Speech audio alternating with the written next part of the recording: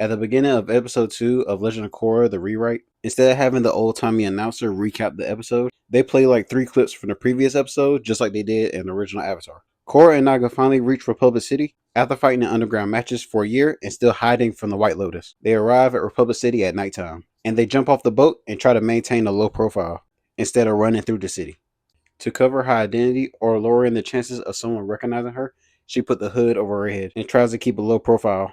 Korra sees a food stand nearby and decided to get some food for her and Naga, and they still have plenty of money after years of fighting in the underground tournament. While walking with Naga and eating the food that they just bought, they hear an alarm go off down the street. It's members of the Triple Threat tribe that just got away with a robbery, and they're driving towards Korra trying to make a getaway. But while eating, Korra suddenly opened her water pouch, and then Korra bended water in front of the car, turning it into ice and then into spikes, popping the tires of the car, making the car spin out, and then she used the water from a nearby fountain to stop the car from spinning out and causing collateral damage. And then she froze the car beyond belief. After Korra catches those Triple Threat triad members without causing too much attention to herself or immense collateral damage, her and Naga keep walking as if nothing happened.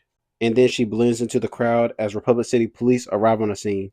But as Korra is walking to look for a far off place to live in Republic City, and also be spacious enough for Naga, and also where she can do her training in peace and quiet, and very secluded, she happens to walk and look to the right and see Equalist rally. But as she walks into the Equalist rally crowd, she sees 2 guys and tap one of them on the back of their shoulder. And turns out it's those 2, Mako and Bolin, in disguise. And the one that she taps is Mako, where he turns around. And then Korra asks, what is this whole rally thing about? And then Mako looks at her and tries to flirt and say, hey, you're kind of cute. But Korra says, and then eye rolls. And then asks Bolin, what's the point of this whole rally? And then Bolin says, don't mind him, he's typically like this all the time. To be honest, this is our first time coming here as well. The rally goes on to emphasize the unfair treatment of non-benders. And then Mako spots in the crowd one of the gang members that they used to ride with. Mako sneaks away from the Equalist rally and goes after the gang member that he recognized in the crowd. He sees that member getting in the car about to get away. And then Mako stops, takes a deep breath. Power in firebending comes from the breath. Mako makes a large firewall in front of the car. And when they try to back up, they realize that their car can't move. While they were so focused on the firewall, Mako managed to burn the rubber off the wheels of the car. And then that's when 2 tribe members come out of the car. And the one that Mako originally ran after steps out the car and looks at him and said, hey, Maki boy, is that you? You really picked the wrong time to mess with me tonight.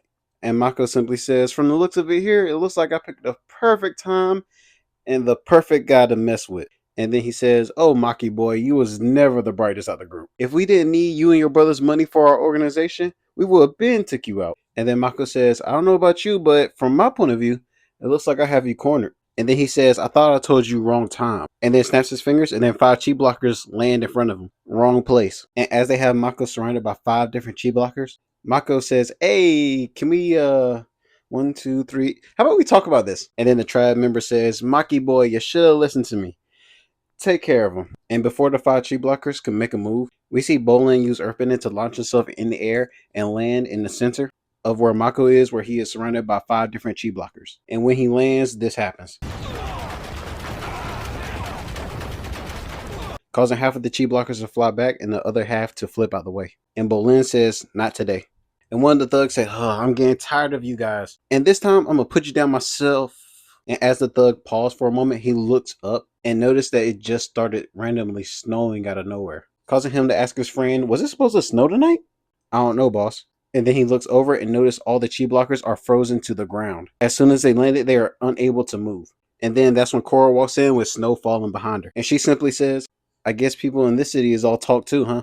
And then that's when the Equalist chi blockers, while they're frozen on the ground, they use their electric gloves to break themselves free, while at the same time trying to electrocute the ground in order to shock Korra. But she casually flips out of the way into the center right beside Mako and Bolin. And then they go on to fight these chi blockers, covering each other's backs. But Mako gets distracted when he notices that some of the triad members are trying to sneak away while they're in the middle of their fight. But when Mako turns his back and yells wait, that's when 2 chi blockers get around him and knocks him down. And when Mako drops, Bolin turns and yells his name to check and see if he's alright. And then Korra turns and says, alright, that's it.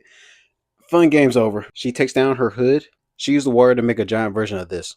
And she says, I'm used to fighting these numbers. She grabbed each individual chi blocker, grabbed them, smashed them together, and threw them at the foot of the triad members. But when the chi blockers got up, they threw a smoke bomb on the ground. And the triad members and the chi blockers managed to make a quick getaway, while Bolin is checking on Mako. Bolin picks up Mako, throws him over the shoulder, and tells Korra, come with me, as he sees Republic City police on the way. Korra calls Naga, pulls them up, and says, let's go.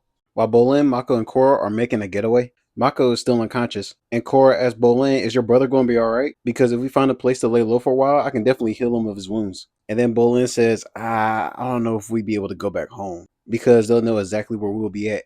But how about we go to the practice facility? It's not that far from here. And she's like, practice facility? What you mean practice facility? And Bolin says, it's because we're pro benders. We're the firefarers. And Korra says, perfect. I was looking to join you guys because I saw that y'all was missing a member, aka a powerful waterbender such as myself. And Bolin says, yeah, we are down a member. And on top of that, I have seen you are able to handle yourself in a fight. Why not? Oh, turn right here. The stadium's right there. And once they get there, they sneak around back. And Bolin introduces himself.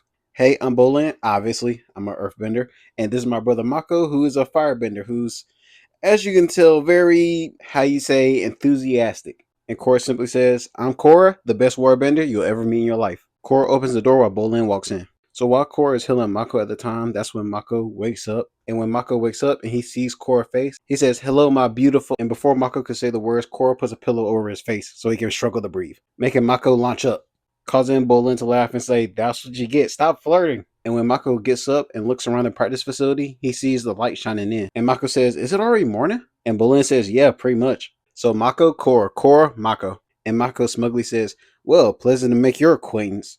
Oh, I'm going for a walk.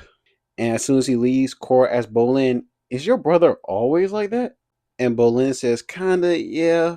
But he takes some getting warmed up to. But Bolin gets up and says, you ready to start some training? And then Korra asks, what about your brother? He just left though. And then Bolin says, you don't have to worry about Mako. Whenever it comes to a fight or something he's passionate about, he knows how to fall in line, trust me. And while that conversation is going, the camera pans over to Mako, walking down the street, and then this happens. That's a canon event. My name's Asami. Let me make this up to you somehow. This scene and interaction will probably be one of the few things that doesn't change at all. And of course, Mako says yes to the date with Asami. Meanwhile, as Bolin is showing her the pro bending gear that she has to wear, and he's also explaining the rules to her, and Korra asks a simple question, why was those guys after y'all, and why was you guys after them? Bolin says with a sigh, when me, Mako, and my parents left for Republic City and left Ba Sing Se behind, our parents fell into an enormous debt in order to chase a dream in Republic City, but they always fell short. So me and Mako fell into the wrong crowd and started gambling and scamming until one night where we hit it big. I mean, it was enough money that we could live off of it forever, including paying off their debt. But after me and Mako ran off with that big score, just so we could show our parents so they would be so proud of us, we find out that someone else beat us home. And then Korra says, you mean the triad? Bolin says yes. Turns out that guy that we scammed all that money from, our parents owed him the most. Hello, Zuko here. And if you like that video, make sure you like, comment, and subscribe. And also let me know what you think the next video should be based off of. Because like I say at the end of all my videos, I read every comment and I make sure that y'all are heard. Because I'm trying to get to 50K by the end of the year, I would love to have your support and hear more about your ideas. I hope you're able to apply these words in your everyday life. And Lily, thanks for watching. Oh, and a reminder, drink water. Perfection and power are overrated. I think you are very wise to choose happiness and love